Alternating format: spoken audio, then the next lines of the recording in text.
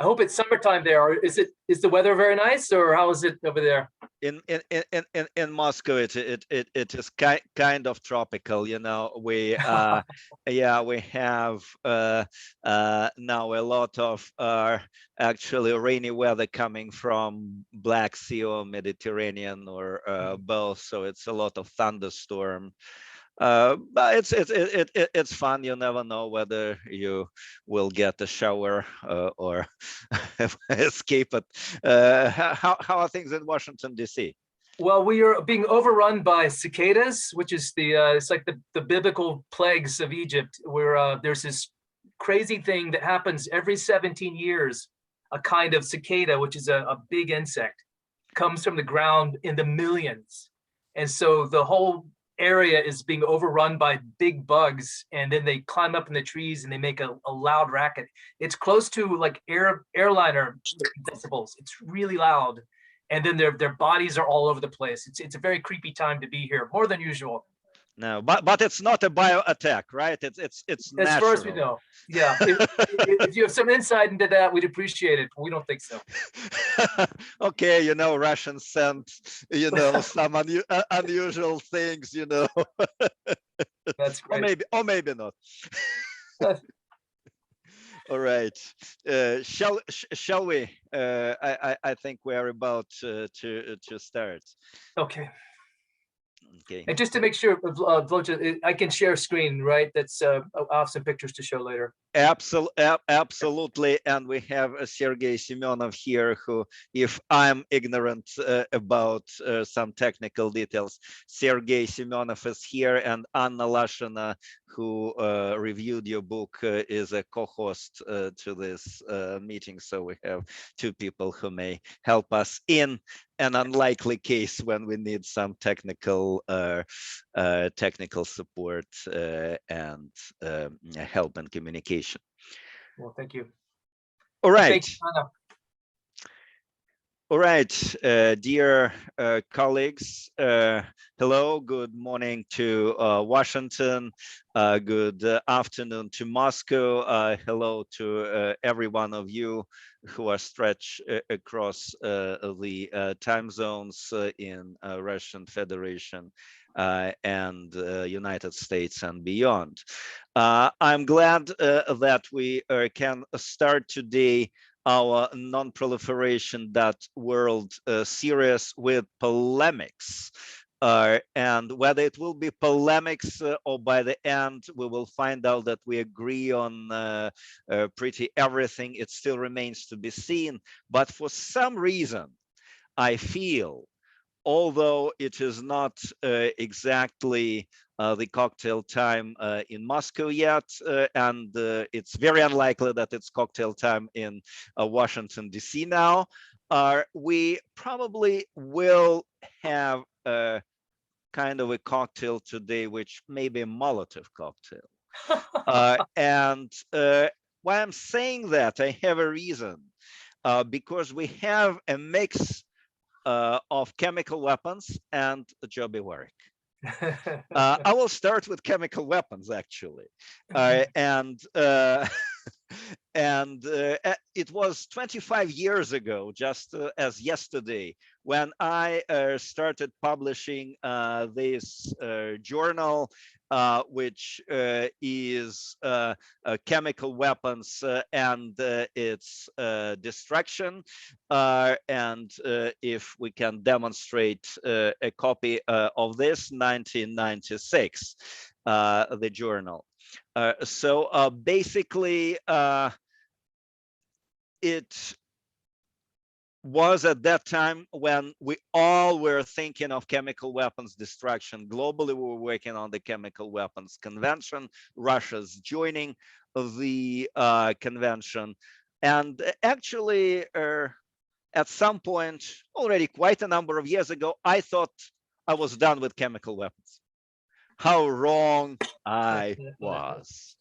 And we had some funny things, less funny things, and very not funny things in recent years, just to name a few. Well, allegations of Navalny poisoning, allegations of the Skripal poisoning, and quite a number of cases of chemical weapons used in Syria with a question mark who used them and why, and of course interests of ISIS towards chemical weapons, and as we now know from Redline, actually manufacturing chemical weapons by ISIS. So this is a toxic topic by itself. Now we have the second part to that cocktail, Joby Warrick. My dear friend Joby, welcome to our discussion. Pulitzer Prize winner actually twice.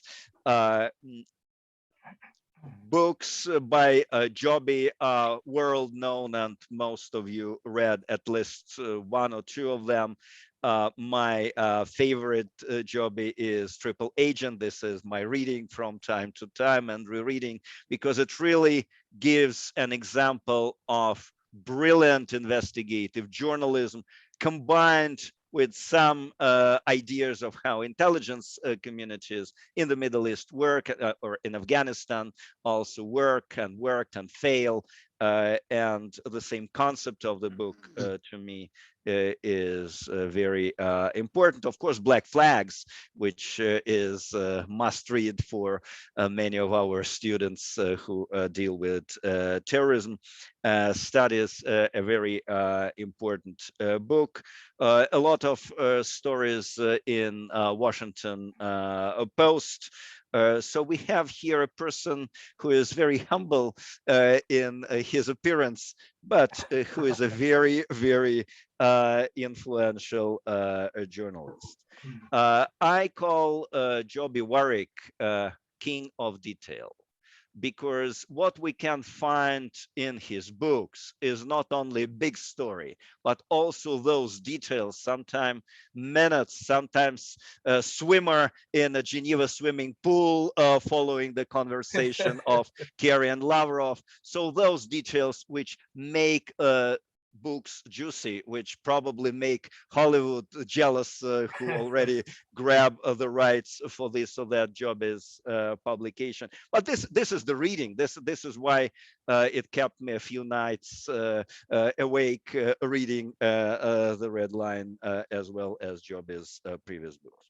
Joby is king of human stories, because I think for him it's important that security is not about the state. Security is about people, about lives of people, a loss of lives of those people. And this I find very, very important. We will be discussing this book, who most of you read, in a few minutes, and I will give the floor to Joby, and he will structure it in a way he wants to structure, and then we will have Q&A. Here we will grill Joby a little bit. Joby, but I will actually start with a few points here as a person who read your book. Read with in a very traditional way with a pencil, I would say. I have a lot of it's emotional for me, and it's partly personal, because there are a lot of characters in this book, mostly not from the Middle East, but mostly from Washington DC, who I know very well. Like Angela Kane, Rick Falkenrath, Andy Weber, and others, who Laura Holgate, who are some of your sources. But of course, many of us here are starving to know how you work with your sources, particularly those who are not named in this book. The second thing, as the former member of UN Secretary General's board on disarmament matters, I was pleased and surprised how much attention you paid in your book to the United Nations and to the role of the United Nations. This is not that sexy in America. The book sells not as well with UN element in it, I guess, but I'm probably wrong. And your probably marketing managers told you the same as I would tell you. This is something new. This is something fresh. This is something interesting. For many of us, it's not new. but this is very important that it found a lot of attention in your book. Lessons of the Iraq War in 2003. Catastrophic success, as you call it at some point. I think this is really important that you compare the role of the United Nations in the 90s, who helped with the situation, including weapons of mass destruction, and the devastating success of the US operation in search of WMDs, which of course were never found here. On the other hand, some of my emotions were, well, no, Joby, no, this is wrong.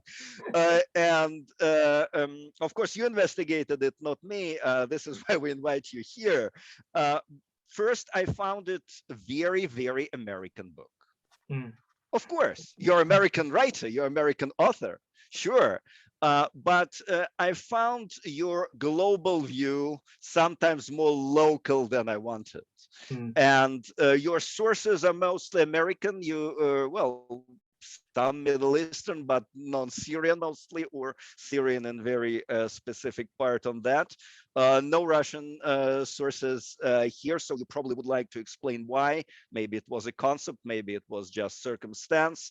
The second thing is, of course, the question of dictator. You use that dictator to Assad so many times. When I look at the Middle East, how can I find non-dictator there?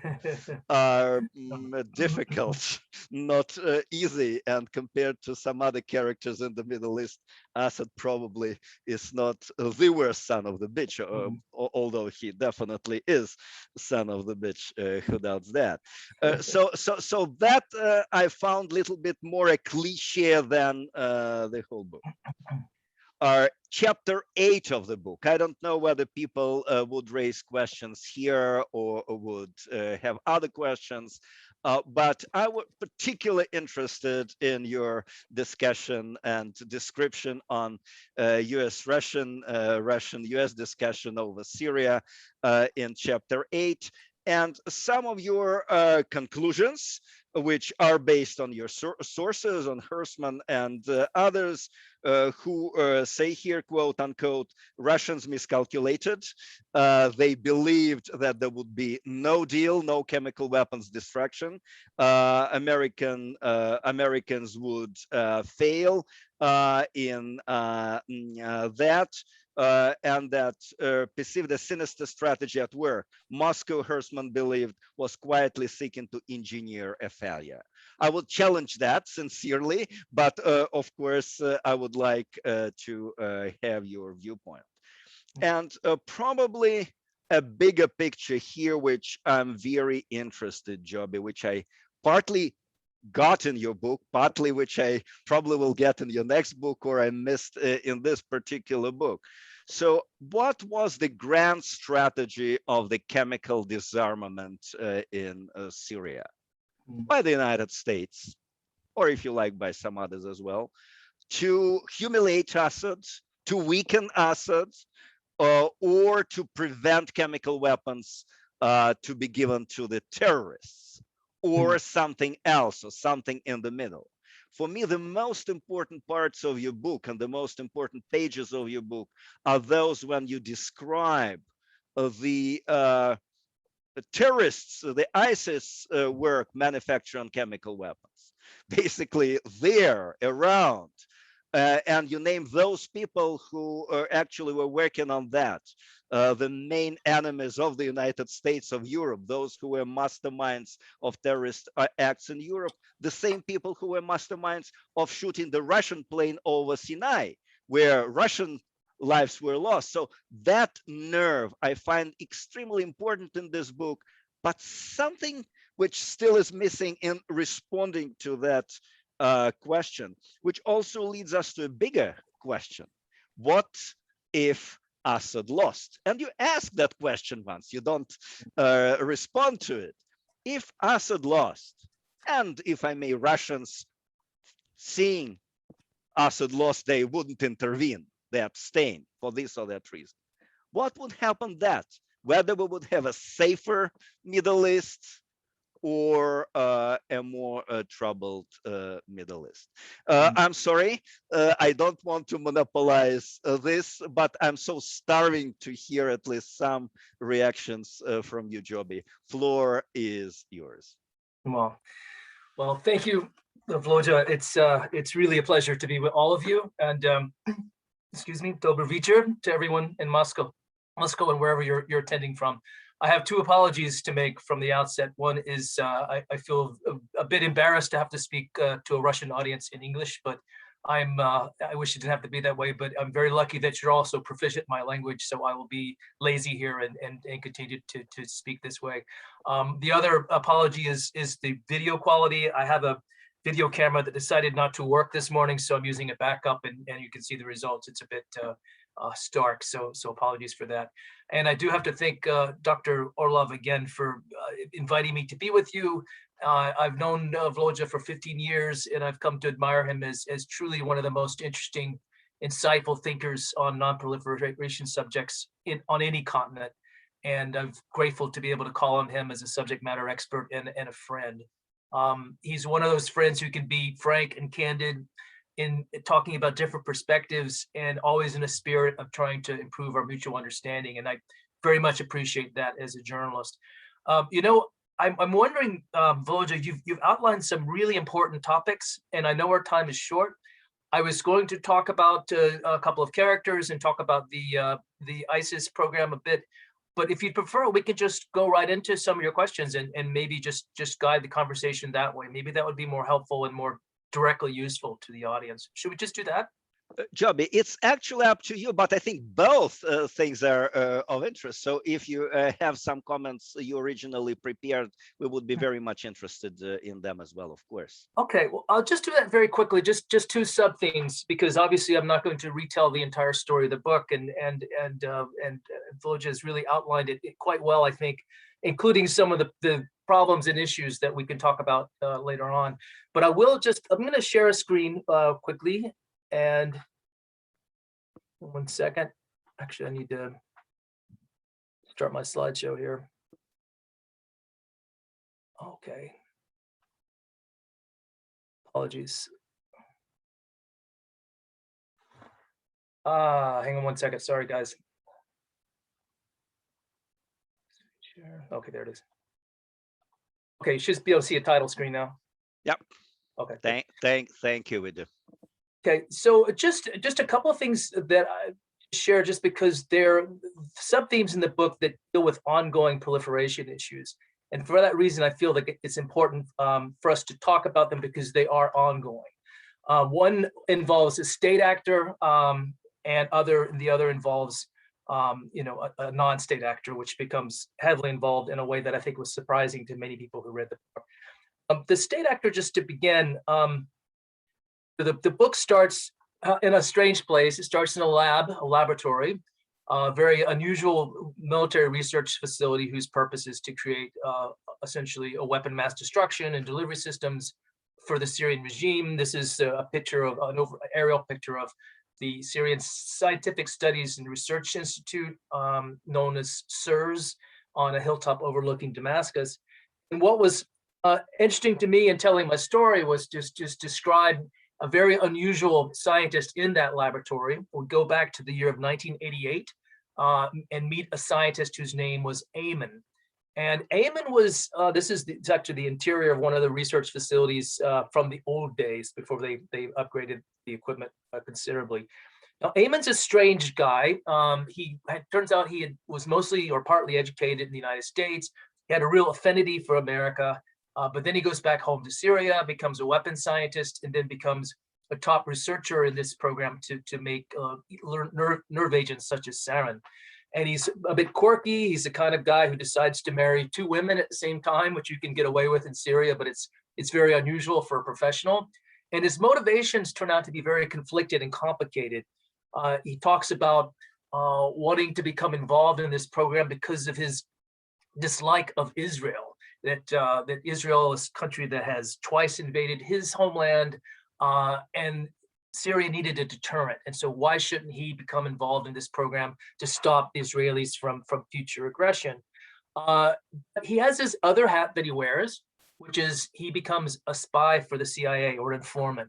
And this relationship develops in part because of his past time in the US, but he becomes essentially a walk-in. He volunteers his services, puts a note to someone to be shared with the US military attaché at an embassy, and then this relationship develops over many years. And at one point, we see in the book Ayman delivering a sample. He decides that the Americans should see what Syria is producing. So he actually sits in a car one day. It's Christmas time. He hands over a little package, and inside the package is some of the product, some of the things that the Syrians were making. Now, Ayman is ultimately betrayed. There's a whole story that I won't spoil, but it turns out that he blundered his way into being discovered as a spy. Things don't end very well for him. But because of the information that was passed along over many years, the Americans and their allies have a pretty good understanding of Syria's program. It's a program that was developed really in secret. The Israelis, remarkably, given how good their intelligence is, were very slow to understand how big and how impressive the program was and how dangerous it was. But all of that becomes background to what happens years later in 2011, when the uprising starts, when the civil war really breaks out. There's a detailed understanding of this unique danger that exists in Syria from the point of view of the Syrian population, but also from the neighbors from other countries throughout the world. And Vloja mentioned this briefly. There was several layers of concern at different aspects of the U.S. government, for starters, that viewed this in very different ways. Some were trying to manage the conflict and figure out how to stop it. Others were really, really concerned about the proliferation danger, the possibility that bad actors who were coming into Syria could get their hands on some of the stuff. And it very nearly happened, as we see in the book. And in some cases, the really bad actors, such as ISIS, were just a little bit too late to the party and weren't able to steal anything of consequence. Some of the things that I think are interesting to see here is how this program developed. To be honest, when I started out on this process, I believe we would find a great deal of international assistance, that Syria was able to get expertise and scientific help, but it happened in very unusual ways. There was a bit of help from former Soviet republics, scientists and experts who end up coming through Syria to help in various ways. But there's also assistance from Western companies. And it's very easy to see from the Western, well, UN inspectors arrive in 2013. The labels are still visible in German and in English on the outsides of some of the containers, so you can see exactly where some of the material came from. And it turns out that there were quite a number of Western countries that supplied the equipment over the years, manufacturing equipment, tanks, pipes, pumps, precursor chemicals. There's a long list of countries that did this, and just an amazing amount of licenses granted to Syrian companies that were involved in the creation of these chemicals. And here we see nearly 60 licenses coming just from German companies alone. Now, a lot of that help was historic. It took place before the Australia group came into effect and began to control some of these useful precursors and other sensitive equipment. But it continued to go on even after 2014, after the deal was struck and the chemicals were removed. A Syrian or Swiss company got into trouble for exporting 5 tons of isopropyl alcohol to Syria. And isopropyl alcohol is, of course, a dual-use item. It's used in many legitimate ways, but it's also a key ingredient in manufacturing the nerve agent sarin. And so this company ended up getting into trouble. So as the war progresses, the threat becomes clearer, both because of the use of sarin in chemical attacks, but also because of the proximity of chemical facilities to the fighting, closeness to the battle lines. And so there is this sudden urgent need for a solution. And the book, as Volger says, describes the early origins of the US-Russian agreement in Geneva, in which Syria will unilaterally surrender its chemical weapons for inspection and ultimate destruction. And it describes the work by these international inspectors and experts who came in and collected forensic evidence and then supervised the effort to haul Syria's chemicals out of the country in the middle of a civil war. And as the book recounts, this was not a perfect situation. The OPCW later concludes that Syria did not declare or give up everything that it had. There's pretty convincing evidence that Syria violated its obligations by shifting to industrial chlorine as kind of a weak substitute for chemical weapons on multiple occasions, according to OPCW investigations. And despite these setbacks and the problems, in my assessment, what happened in 2013 and 2014 was a non-proliferation triumph, because the bulk of this stockpile, analysts in my country say maybe 90–95% of the entire stockpile plus manufacturing equipment is taken out of the country and destroyed. The most dangerous chemicals and precursors are neutralized on a ship in the Mediterranean. Machines that made the stuff originally are smashed into pieces. And as I said, this all happens in an incredibly compressed period of time, 9 months. Compare that to what happened in the United States with its chemical arsenal. We've been trying for more than 2 decades now to eliminate it all. It's cost billions and billions of dollars, and we're still not completely finished. So really, as a feat of disarmament, there's really been nothing quite like it. The book shows this being a mixed success because despite the progress in eliminating a WMD threat, there are policy failures that overshadow everything. The biggest failure being the inability to achieve a diplomatic solution to end the war itself. Syrians continue to be killed on all sides. Chemical weapons were used again, including, as it turns out, by a non-state group, specifically the Islamic State or ISIS. And that brings us quickly to our second case study. I opened this part of the book with a suicide attack that takes place in the Kurdish area of northern Iraq in 2015. This is actually a screen grab from a video that was shot by Peshmerga troops who were fighting ISIS for control of a crossroads. ISIS sends a suicide bomber in a truck, and you can actually see it there on the screen with smoke coming out of the back because there's steel canisters in the back that are beginning to erupt because of the shooting, and we'll learn more about them in a minute. The Kurdish defenders open fire. The vehicle detonates prematurely, and you see parts scattered all over the highway, including some of the tanks, the metal canisters, which are thrown clear. One of them is pictured here with some kind of smoky substance coming out of a hole in the back. And the Kurdish soldiers come up to investigate, and there's a powerful chemical smell, and some of the men become sick, and they call for help. And investigators later find that these canisters contain chlorine, and the Kurds have just witnessed the first known attempted chemical weapons attack by the group we call ISIS. The attack failed, but this becomes part of the Islamic State's modus operandi for the rest of the war. ISIS is unable to steal weapons from the Assad government in Syria, but it decides to do its own WMD program. They discover that poison gas, even if it's not very good, can be an effective terrorist weapon. And we've recorded or seen evidence of a couple of dozen attacks. The first all involve chlorine, which ISIS can easily find in the territories that it occupied. But later ISIS branches out and tries to begin manufacturing its own weapons. Within the boundaries of the caliphate, there are a number of facilities, laboratories, university labs, and campuses where they can begin to go to work, and they do. They turn a couple of labs into research and development facilities. They assemble a team of scientists and experts, including some local recruits, some that were brought in from outside the region. If you read the book, you know there's an Iraqi engineer named Suleiman al-Afari who gets involved. And I actually met Afari in a Kurdish prison in 2018. I was allowed to interview him.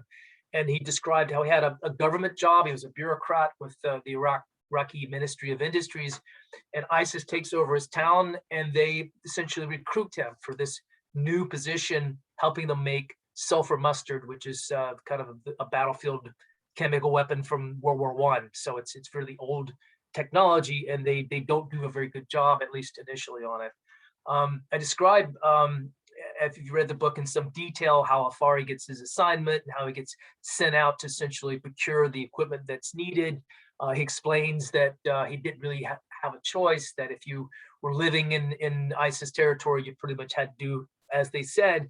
But he takes some pride. He ends up kind of liking living under ISIS. He likes his job and really makes no apologies about what he did and feels that it was somehow justified. Now, eventually, as the story shows, this program is stopped. And it stopped because there are some discoveries, some intelligence findings that alert the anti-ISIS coalition to the existence of these labs.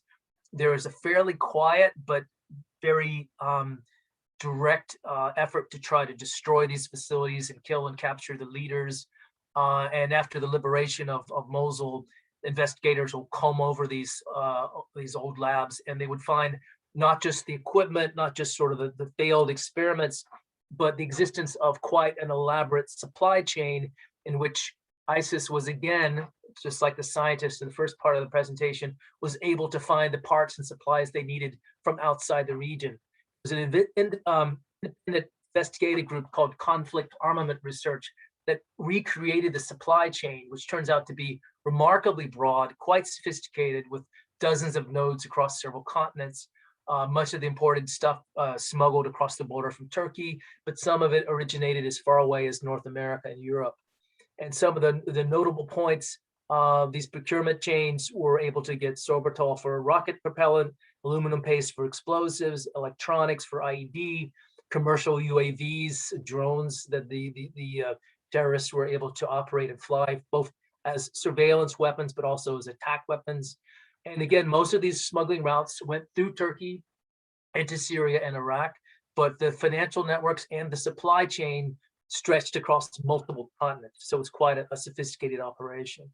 So I won't belabor this further. We can go on to discussion, but I guess I'll just make the note at the end that what we see here is a budding terrorist WMD program of the kind that we all worry about as journalists and experts who work in this field. This group was ambitious on multiple levels, and we know that from our recent history, but the ambition included all kinds of weapon systems, including chemical weapons. And the failure that ultimately occurred was not a failure that was related to its inability to obtain materials and expertise. It failed because the group was defeated before the caliphate had a chance to carry out some of its plans. But it was a close call because ISIS was getting better. They had the expertise in place, and if they had been allowed to continue to function in sort of, a dedicated space such as a laboratory, I don't think there's very much question they eventually would have been successful. So with that, I'll conclude, and I'd love to get into some of the meat of some of the questions that Dr. Orloff had posed, and maybe we could start with that, Vloj, if you just would like to ask about some of the questions you had, and we can go from there.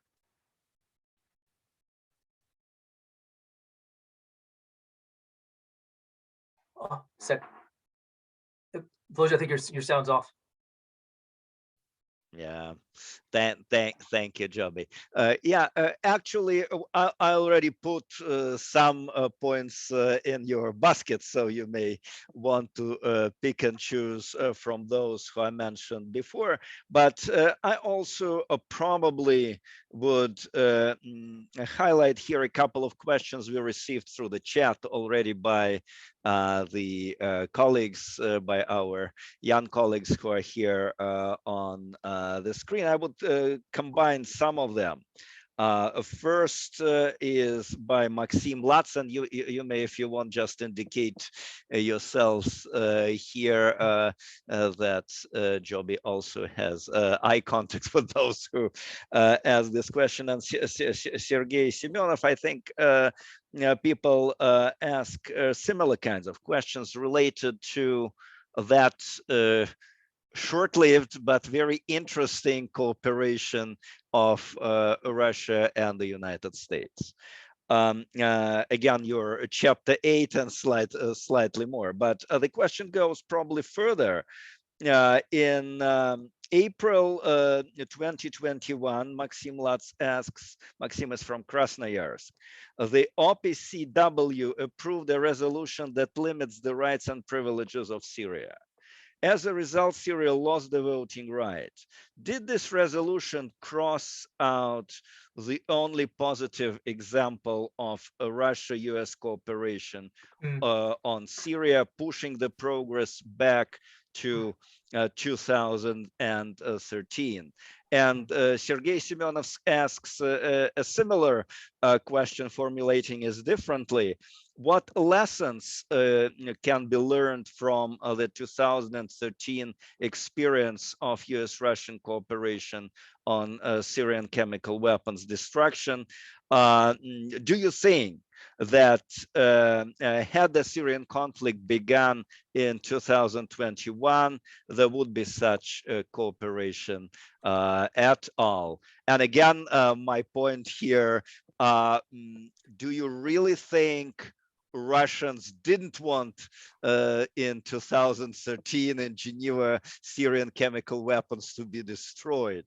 Did Americans overplay them with the technical capability to destroy, or it was more complex here? Thank you.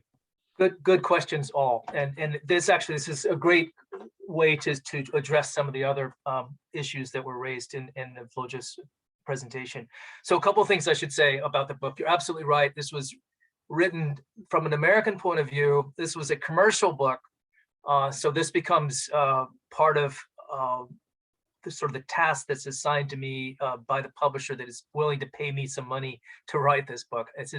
I actually wrote a draft of this book that includes much more of the UN perspective in particular, with a whole, I think, 2 whole chapters with the back and forth at the UN and more of the sort of behind the scenes with Russian and American interlocutors going back months before the deal was signed. There's a whole lot to this.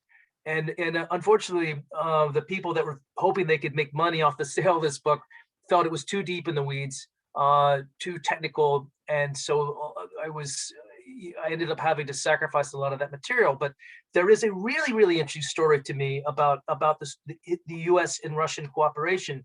One thing that's interesting is that it partly arises from the muscle memory of years and years of working together with people like Laura Holgate and Dr. Orlov and other people who were involved back in the 90s when there were efforts to eliminate chemical weapons stockpiles in both countries. There's a lot of sharing, a lot of experts coming together to figure out how to tackle problems. And some of those relationships end up surfacing as this story begins. In 2011 and 12, when there's real worry about the possibility of chemical weapons being lost or plundered, people like Andy Weber and his former colleagues from Russia, speaking very intensely on the phone about what can be done about it. And when the deal is struck, I look at it, actually, I very much appreciate the sophistication of the Russian approach to this. I feel absolutely that Moscow was concerned about this problem, the proliferation problem, also, frankly, some of the behavior by the Russian military and using weapons and sort of drawing unwanted, negative attention to the conflict in a way that was harmful. And so I think they very much did want to see the program go away. Otherwise, we would not have seen the really extraordinary pressure that was put upon Assad in 2013 to agree to eliminate stockpile. This was his crown jewel. This was his strategic stockpile. He was not anxious to get rid of it, but it was Russian pressure was probably the key ingredient that made him become willing to do this. I do think, though, that the impressive part was that I think the Russian government was playing this as a chess master and working on multiple possible outcomes. They wanted to see the program at least weakened, if not eliminated. But they also wanted to prevent a U.S. military strike that could be destabilizing to the regime.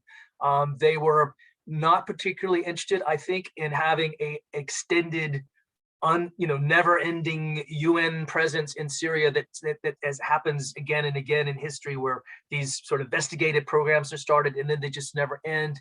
So I think in my view, it feels to me, and the experts I spoke to, that Russia would like to have seen a quick elimination of the program, and then, and then move on. And they had other objectives, including their support for their ally Assad, which is understandable. I think just to skip to the second question about the decision made by the OPCW in April. I felt, I mean, there are limits to what can be done to punish that can be done to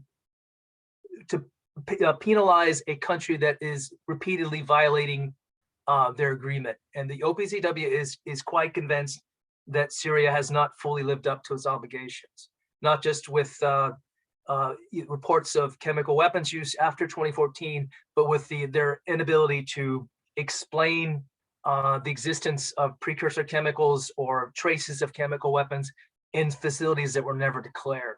So that's an ongoing controversy within the OPCW. And so this punishment of denying Syria some of its rights as an OPCW member without kicking it out of the organization was a recourse that just followed, months and months and months of an inability to get Syria to comply to some of these very basic agreements. And so I don't think that's the end of the road. I think there's definitely space and opportunities for Russia and the OPCW and the West to cooperate on this issue. I feel like there is a mutual desire and interest to see Syria brought back into the community of nations and to live to its obligations. And that's a continuing challenge, and hopefully something that will be resolved successfully at some point. That's my perhaps naive hope.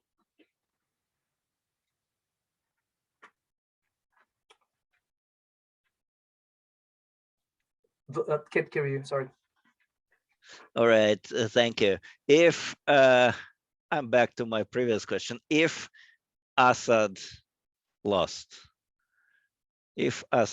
had lost, would it have been safer for Syria and for the Middle East, from your investigation, from your very unique knowledge? Thank you. That is a really good question. And I have a somewhat jaded view about this. Looking back on sort of the decisions that were made by my own government as this conflict progressed, and by European allies that were all expressing concern about repression of demonstrators, protests, some of the violence that broke out early in the uprising, there was a sense that that just by saying Assad must go, by supporting the opposition, by being vocal about that, that somehow, that democratic forces would prevail, and the same, outcome that we saw in Egypt would occur in Syria. This was uncharted territory. There'd never been a series of uprisings quite like what we saw in 2011, 2012. And there was an optimism that things were changing in the Middle East, and the aspirations of people were being listened to or realized in some ways. It turned out to be a very naive view, because as we've seen, painfully in the years since then, that such outcomes really weren't possible. And as we look now, the United States telling the Syrian people that Assad must go essentially empowered Gulf countries to pour money and send fighters into the region, and led to the rise of some of these really horrible groups that came to occupy parts of Syria. It seems to me that there is probably no realistic outcome in which Assad would fall and be replaced by a democratic government. It just was not going to happen. And to believe that that would be possible in a place like Syria was probably naive and mistaken from the beginning. And so now we've seen, after 10 years of just wrenching civil war, in which everybody comes out as loser, whole cities destroyed, Syria set back as a functioning government for probably for decades. It just seems such a tragic loss and waste. And if I think if people could, in my country, could rethink the decisions that were made back in 2011, 2012, the attention would have been placed on just tried to stop the violence and just trying to restore stability in the region. And of course, now it's way too late for that, and we can only hope that somehow smart people can put the pieces back together. But what a mess we've got to deal with. Yelena Zulina from Yekaterinburg asks you, what recommendations do you have on Syria for the Biden administration? What, even not one page, but one paragraph you would submit to President Joe Biden on Syria?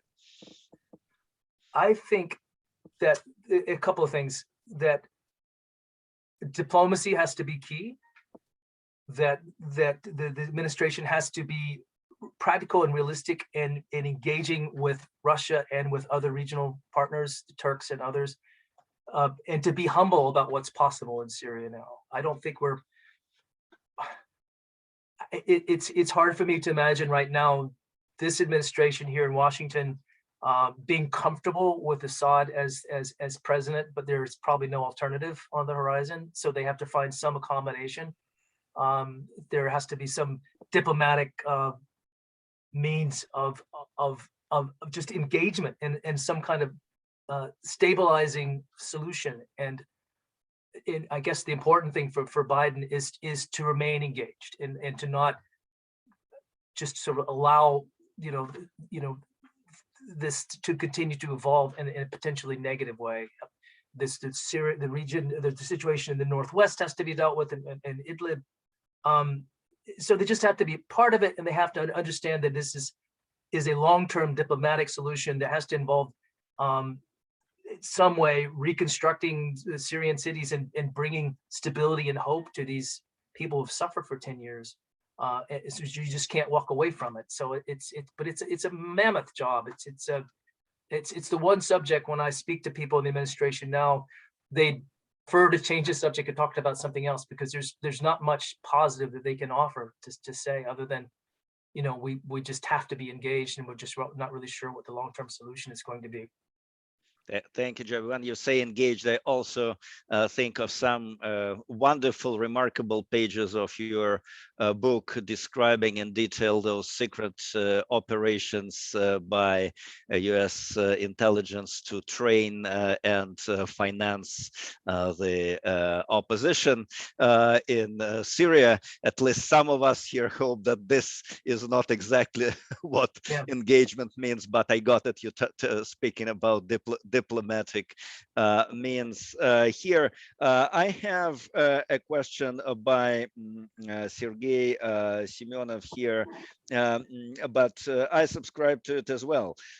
Were there any instances in your research when you doubted the Western narrative on chemical weapons in Syria, particularly when it comes to who and why used chemical weapons? Because in some parts of your book, you really speak to yourself, kind of saying it was completely illogical or your UN inspectors speak among themselves. It's illogical why Assad should have used chemical weapons. For many of us here, it still seems very illogical and not correct, but you have your own investigation. So we're very interested in your viewpoint.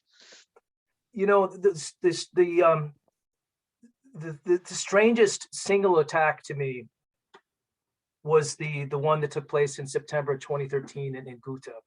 The strangeness being, and this occurred, of course, to the inspectors and the UN people working this problem at the time. Why would Syria use chemical weapons on a massive scale in the outskirts of Damascus at a moment when there was a team of UN inspectors in the country who were investigating chemical weapons attacks? And it seems so illogical that there were profound doubts about whether or not the regime was responsible. And those doubts are expressed by your president, who wrote an op-ed that ran in the New York Times.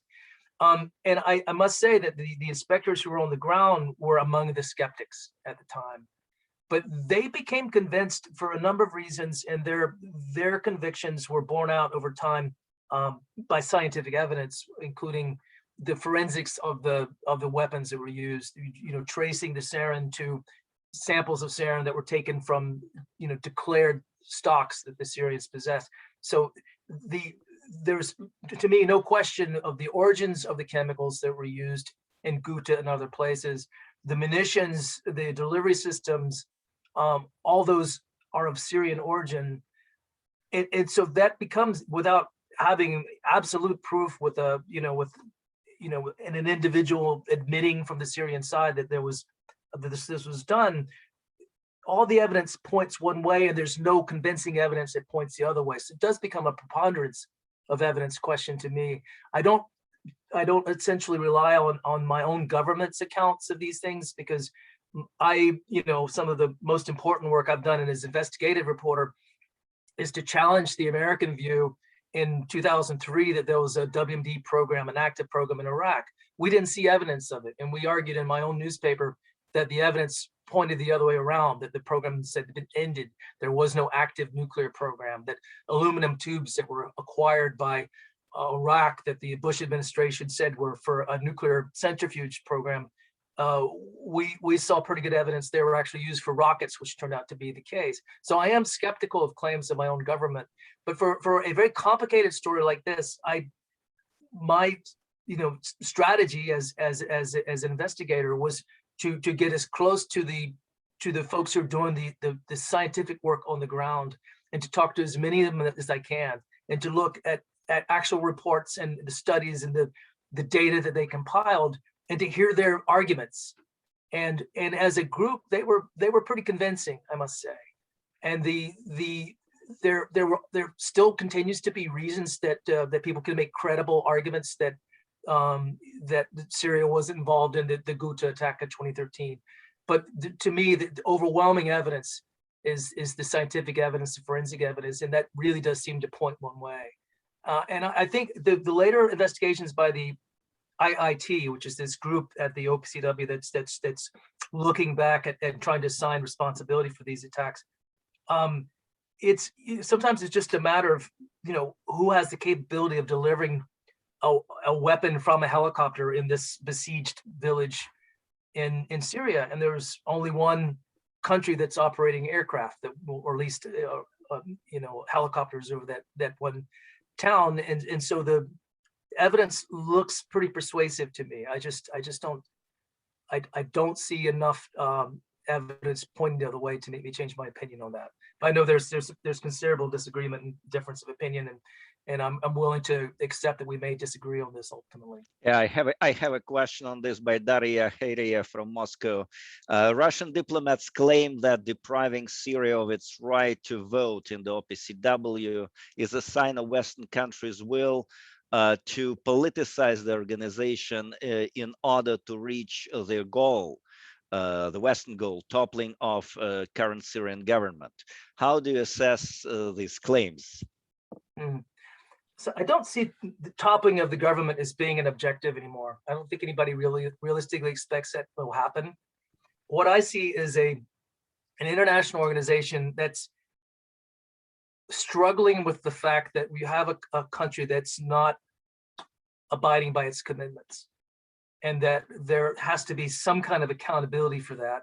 It always gets political. It always becomes a sort of tug of war between different blocks within the OPCW, and they fight it out in their meetings.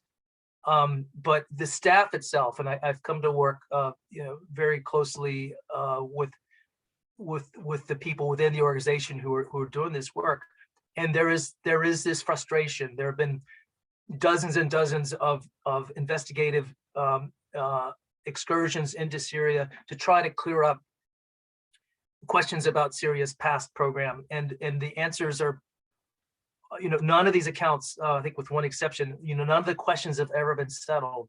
And so there's this effort to try to force Syria to be more forthcoming about what it did in the past, about residual materials that it possesses. And so they're just using the diplomatic tools that they have. I don't feel that it's just a cynical effort to punish the regime or to seek regime change. It's an attempt to force Syria to play by the rules to which it agreed. And Syria, for its own reasons, has not been cooperative. And I feel like there's this is one tool that we hope can get Syria to provide some answers and some clarity. Thank you, Joby. Syrian chemical weapons, you have started with that, the origins of the program. They basically were for what and against who?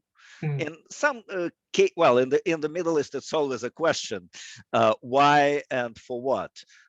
And official Damascus explanation, well, they never recognized it publicly until a certain time, but their, let's say, explanation in friendly discussions was, of course, that it is against Israel, because Israel has nuclear weapons. Why Syria should be deprived of the right to have some other weapons to contain its rival in the region?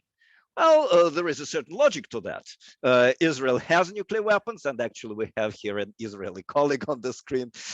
Israel has nuclear weapons. Nobody pushes Israel, nothing like people pushed Syria.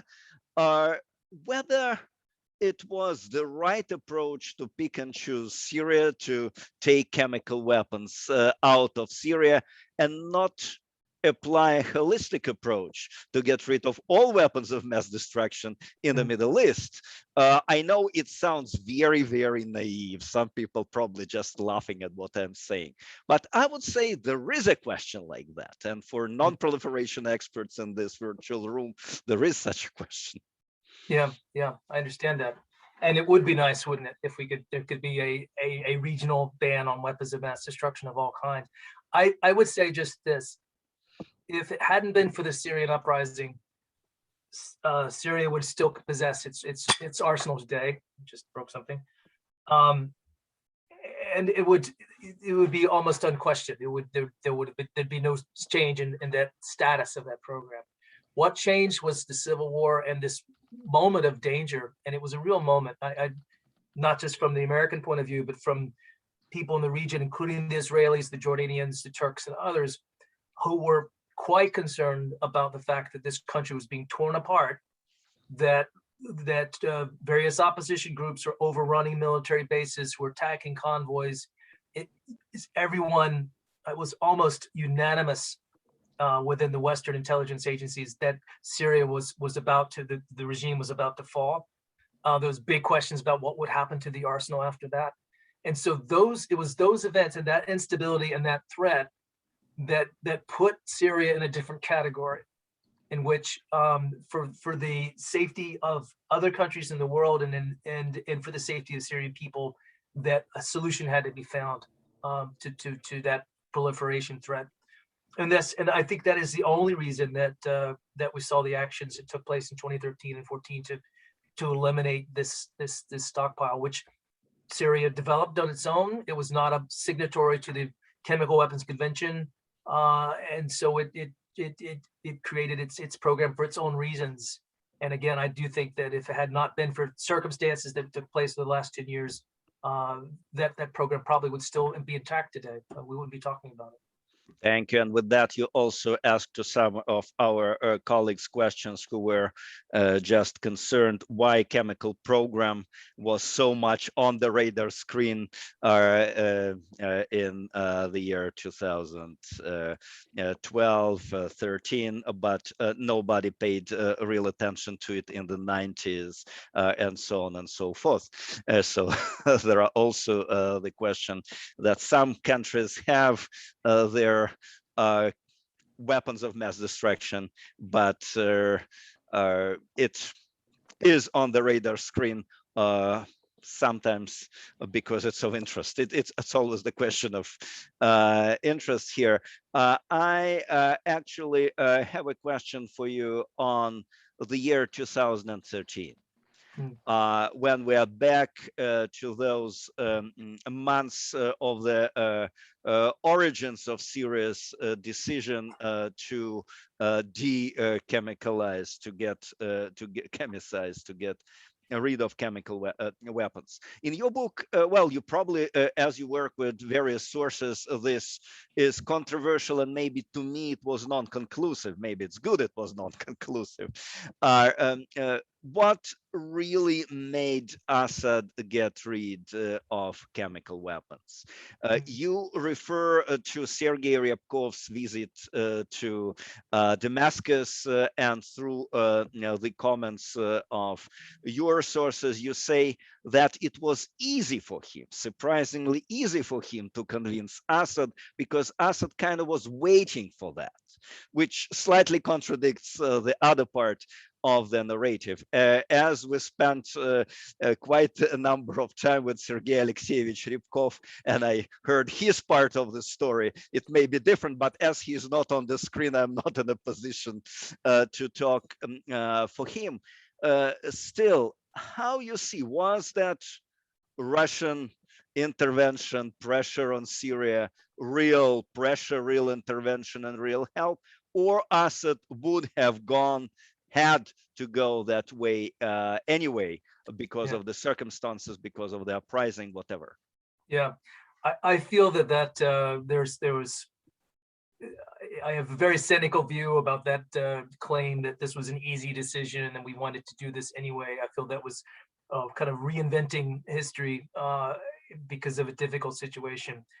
I believe, and this is from intelligence colleagues, people who understand, sort of the mechanics of how this worked, that the Russian role was absolutely essential. And my favorite story, one of my favorite anecdotes in the whole book, is when Kerry and Lavrov are having a loud conversation about another disagreement. That Kerry is trying to, harangue Lavrov because of something that Syrians aren't doing that he felt like they should be doing, and he says, "Damn it, Sergei! When you tried to tell the Syrians to get rid of their chemical weapons, it only took you 24 hours to bring them around." And Kerry's and Lavrov's, quiet reply was less. Right. It wasn't 24 Right, hours. right from your book. Yeah. and so I believe, I feel that, Syria was not necessarily forced to make that decision, but I think the Russians making very, very clear that they wanted this outcome, and that as an ally and supporter, they felt it was essential that Assad eliminated his program. That was the key ingredient in all of this. And I don't think I could tell you this for a fact: the Americans did not see the elimination of the stockpile as a possibility. I mean, it came up in some meetings. Wouldn't it be great if we could just get rid of the program? Nobody thought it was realistic. And it was Russian pressure. It was the Russian diplomatic outreach to the Americans, took place between Putin and Obama at the sidelines of the Geneva summit. Took place with a phone call from Lavrov to Kerry after Kerry made an offhand comment at a news conference. Well, we won't feel compelled to strike Syria if they would just get rid of their chemical stockpile and agree to inspections. But of course, they'll never do that. Nobody expects this to happen. And then Lavrov calls Kerry and says, "Well, we think we can make it happen."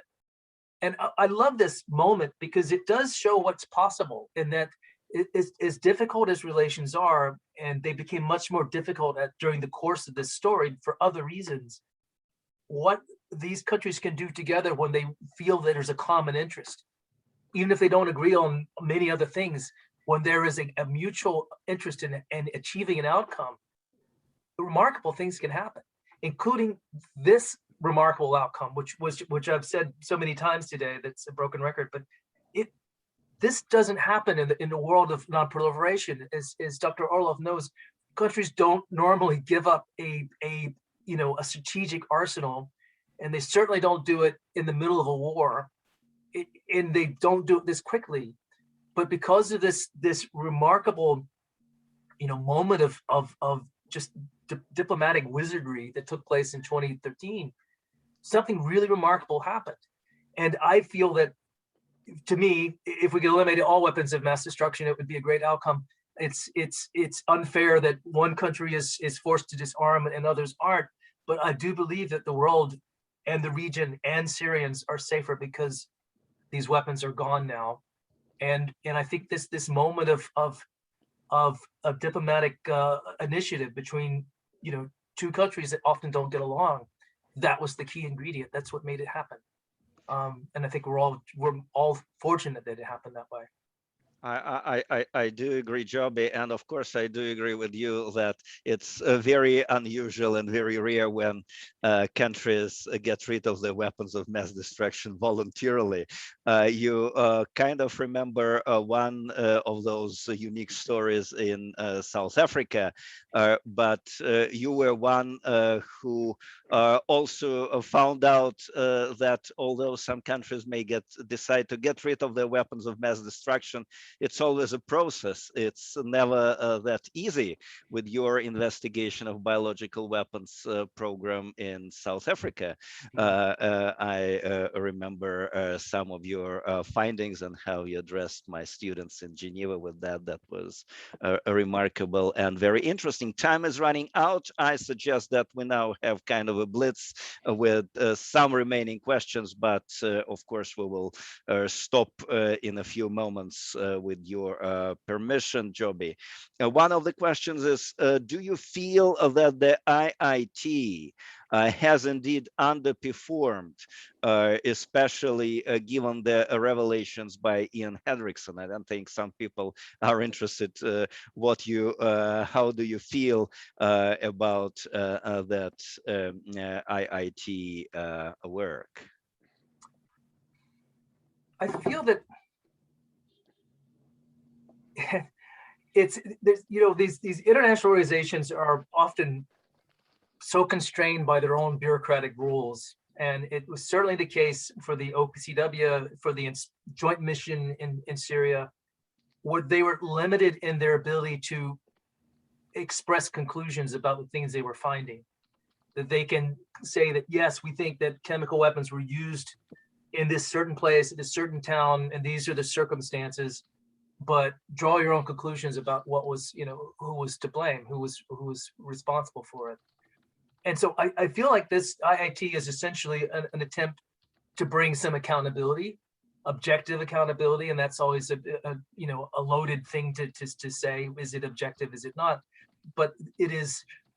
If you could bring the tools of science to a process and try to reach conclusions, I feel that's a worthy enterprise. I mean, in my sort of buzzword in my profession is accountability. It's not just establishing facts, but just to try to determine who is responsible.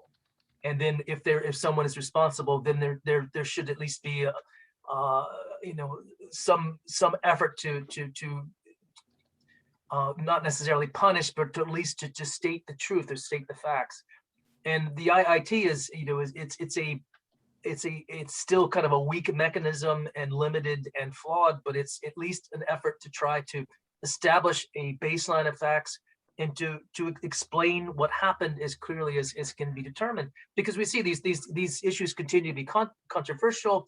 People make claims and counterclaims. Can there be an independent group of arbiters who go in with the scientific tools, with the laboratory test, and try to establish essential facts? And I think that's what the IIT is about. I know it's been criticized, and some of its reports are frustratingly vague, but that's the intention, and I feel it's a sincere intention. I'm looking forward to seeing what they continue to produce.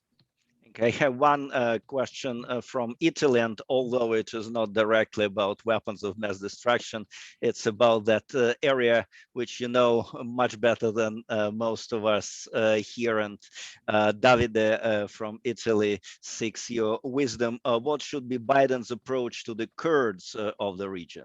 What is your opinion regarding Trump betrayal of the Kurds? This is kind of an emotional issue for me, and that's always a problem for journalists. I try to be impartial, but I've come to know a number of Kurds, the Peshmerga folks, fairly well, and I've visited the region multiple times.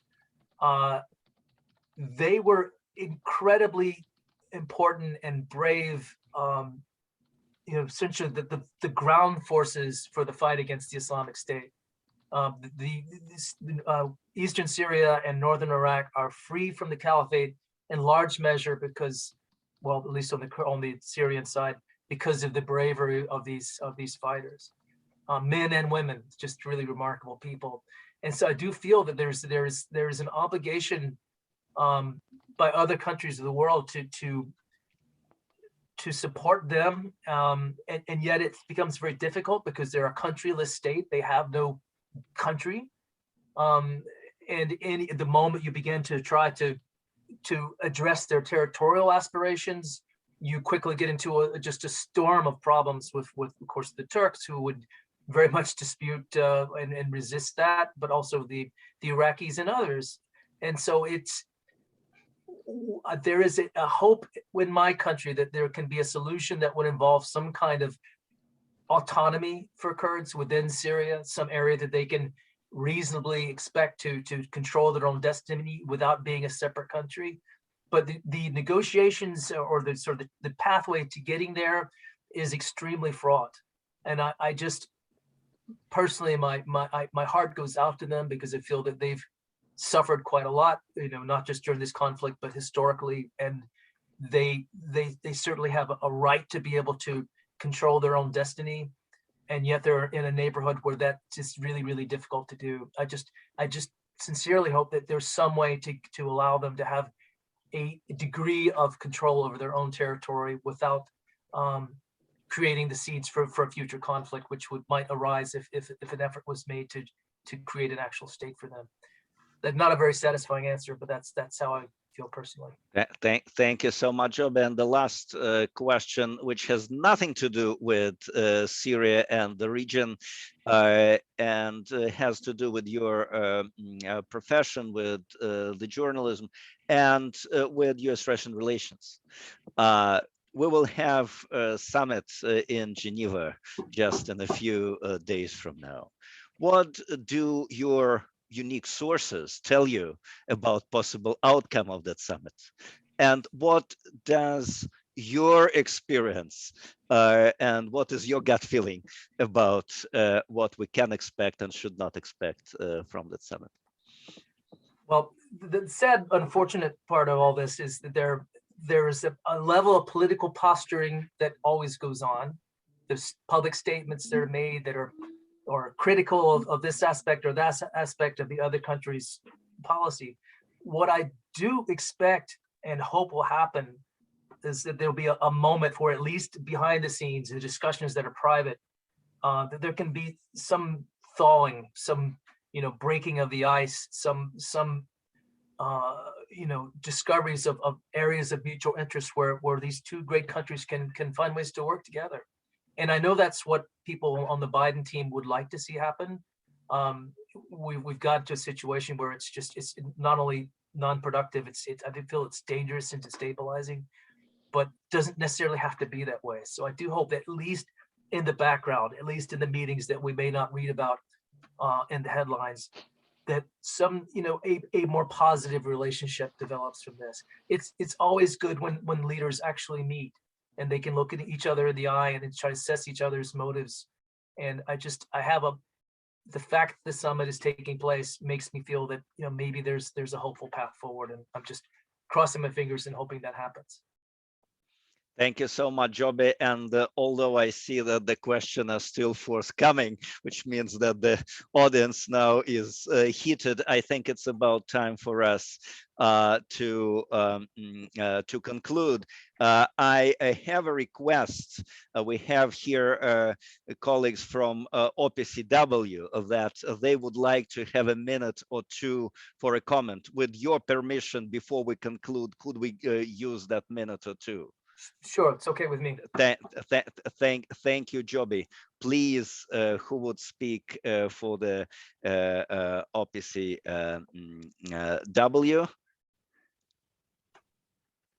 Question or comment?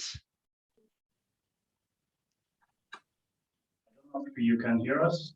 Yes, we can hear you, dear colleagues. Thank you for joining us. I'm sorry that the time is running out, but I'm happy to give floor to. I just want to see the experts' point of view. So OPCW has always been a technical organization, mostly until now. So why is its mandate changing, and now it has the opportunity for attribution function? Sometimes we also speak about assigning blame. Thank you. Yeah. Why is its mandate changing and now it has the opportunity for attribution function? I understand it's put in a question mark rather than a statement. So Joby, would you like to react to that? Or we would, yeah? Why is this additional function of accountability being assigned? And I feel that, I mean, I feel it's being done with the support of the executive of the secretariat, because they felt, and there's support for this from a number of member states too, that there are moments when a degree of accountability is desired, when it's not just enough to say that weapons were used, but to try to have some accountability, because that is essential to preventing future use of weapons. And so I feel that it has its place, and it's my sense is that Secretariat embraces this new role, and they're trying to be deliberate and purposeful about it. And let's see. I mean, they've come up with a couple reports so far. The evidence they present has been really interesting to see, and there's more to come. So I'm looking forward to seeing how they approach each of these incidents they're investigating, and what they come up with. And I feel like the evidence should be viewed objectively, and people can draw their own conclusions, but let's see what they find and have an open mind about it. Thank you, Joby. And I think we're about to conclude here. There was no Molotov cocktail here. I think there was more a cocktail hour when we shared our intellectual cocktails here, thanks to Joby and his book. Joby, I should really say many thanks to you for being with us. I should say really many thanks to you for writing and for investigating and for publishing. I do agree with a lot of things. I'm agnostic about many things in your book. I strongly disagree on some parts of your book and some of your conclusions, but this is a unique book for sure. And it remains a unique book. This is it.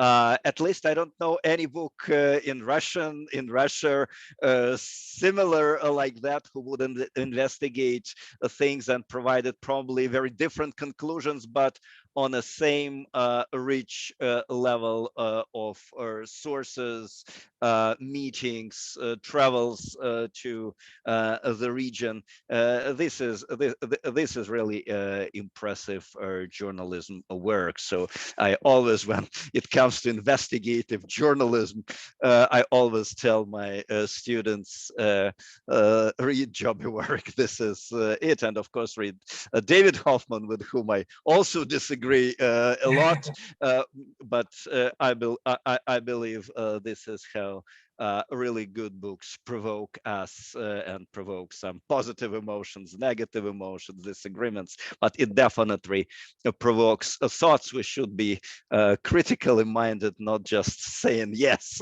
or no. And Joby, you have been doing extremely important work here. Thank you for that. I should say that I see from this discussion and from some questions more specifically coming regarding OPCW and other things, I would say beyond Syria issue, that PIR Center should continue on that in different formats, in public format, in non-public Chatham House format, discussing chemical weapons related issues, presenting Russian views and Russian concerns over this situation, presenting views from OPCW, and presenting regional views when it comes to the Middle East. What I found, so we will be doing that. We will be convening some such meetings throughout this year, and this discussion actually provoked me to come to that decision and conclusion. Two lessons I personally learned from this discussion today. The first lesson that we should use, not forget, unique experiences of cooperation between the Russian Federation and the United States. There were moments of truth, the moments of pain, hesitation, but that's experience which we probably will need at some point in the future. When in the future, I really do not know, maybe in a very distant future, unfortunately, but still we need to keep that institutional memory of that cooperation, and PIR Center always would love to contribute to that important part. The second is WMD terrorism, and actually there were questions on that which probably we didn't go that much through today, Joby, and it's of concern for young generations of Russians, as well as for all generations of Russian experts. I know there are some here, some students who are writing their MA thesis on WMD terrorism-related issues, examining Chechnya as part of the history, maybe Middle East and other parts. This is a common threat. And you, Joby, probably know it better than many others. For some of us, it may sound completely hypothetical, something like cesium in Izmailovo Park in Moscow as early as in 1994. Many of these people were not born at this year, so for them, the Chechnya War is some part of the history, and the risk of use of weapons of mass destruction and their components on this soil, on my country's soil. I know from Russian diplomats, from Russian military, how real has been the threat of injecting of international terrorists based in Syria and Iraq into my country. A nexus between terrorism in Northern Caucasus and terrorism in the Middle East. Just a few days ago, some ISIS agents were put to justice in Moscow and got 15 to 20 years of jail. They were guided by people who are based in Syria. Now, these days, some of those remaining ISIS people based in Syria and maybe also in parts of Iraq. Nothing related to weapons of mass destruction in that particular case, or at least as far as I know, but it's around us. It unfortunately is still present. And maybe Joby doesn't tell us he's working on another book or another investigation, knowing more than us on how other terrorists in other parts of the globe or in other parts of the Middle East, in places close to my country, work on those dangerous new types of weapons. So this is a common threat. This is a common danger. And when we say that, sometimes we're forgetting the meaning, the real dangerous meaning of that. Sometimes we put a little bit theoretical, hypothetical element there. This should be avoided. United States and Russia are doomed to cooperate, as a Sikh hacker once said, on these issues. People in the US administration, like Bonnie Jenkins, they know pretty well about these issues. And there are people in the Russian government who know pretty well about that. Whether we will use that chance or whether we will work separately, accusing each other on things, and finally missing the real terrorism threat. This is up to politicians, but it's also up to us, citizens, journalists, experts, future generation of experts, to raise awareness here, to think about it, not over-exaggerating, not scaring people, but keeping it on the radar screen. And Joby, thank you for provoking us with these thoughts and ideas. Thank you so much. I do have to jump onto another call, but I really enjoyed being with everyone. I wish all of you the best in your studies. And Dr. Orlov, thank you for the invitation, and to all who facilitated. See you again. Thank you. Bye-bye. Very much.